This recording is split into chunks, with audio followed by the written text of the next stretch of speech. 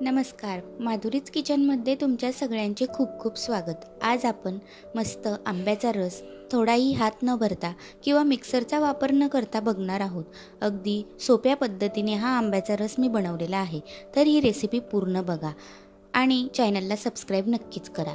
चला तर मग रेसिपी बनवायला सुरुवात करूया। त्यासाठी मी आंबे पाण्यात 15 मिनिट भिजायला ठेवले होते, म्हणजे त्यातील उष्णता निघून जाईल।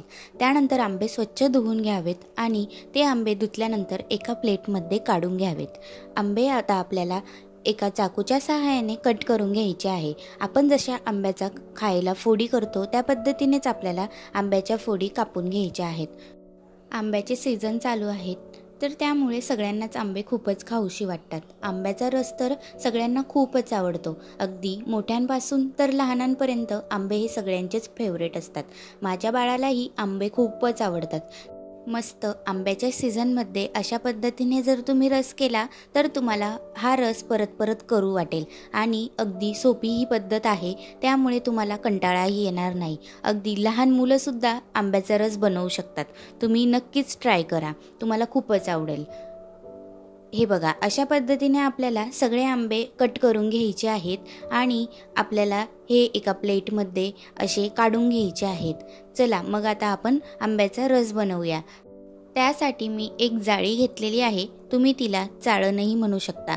जर तुमच्याकडे पुरणाची चाळण असेल तर अगदीच सोपं, त्याच्याने सुद्धा तुम्ही हा आमरस बनवू शकता। हे बघा, अशा पद्धतीने मी होलवाळी जाळी घेतलेली आहे।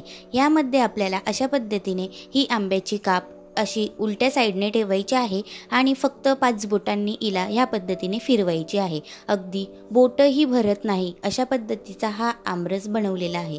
खूपच सोपी पद्धत आहे, टेक्निक खूपच छान आहे, तुम्ही नक्कीच ट्राय करू शकता। हे बघा, अशा पद्धतीने आपल्याला आमरस बनवून घ्यायचा आहे। तुम्ही बघू शकता, अगदी आंब्याची फोड ही बिलकुलही त्याला थोडासाही आंब्याचा गर राहिलेला नाही, सगळा गर व्यवस्थित निघून गेलेला आहे।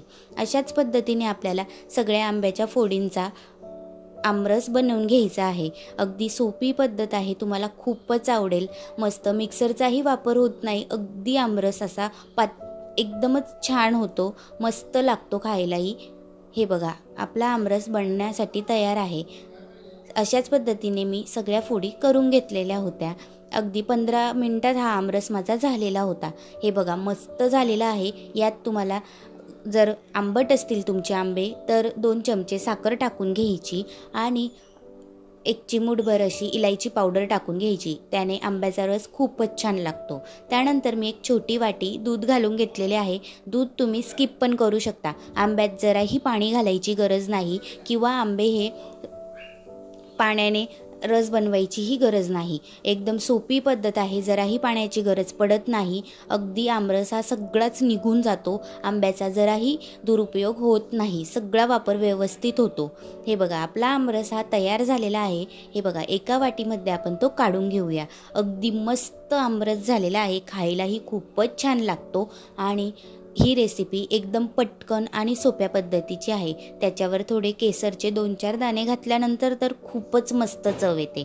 अगदी दिसायलाही परफेक्ट असा आपला आमरस झालेला आहे, तुम्ही नक्कीच ट्राय करू शकता। खूपच सोपी पद्धत होती, छान झालेला होता आणि करायलाही सोपा होता। तुम्ही एकदा नक्कीच ट्राय करा। सध्या तर आंब्याचे सीझन चालू आहे, त्यामुळे कोणी पाहुणे आले किंवा आपल्याला सहज खाऊसा वाटला तर आपण आंब्याचा रस हा बनवतो। त्यासाठी अशी पुरणाची चाळणही तुम्ही घेतली तरी आंब्याचा रस अगदी परफेक्ट होईल। पाणी न घालता मस्त आंब्याचा रस झालेला आहे, हा पुरीसोबत एकदमच छान लागतो। नक्की ट्राय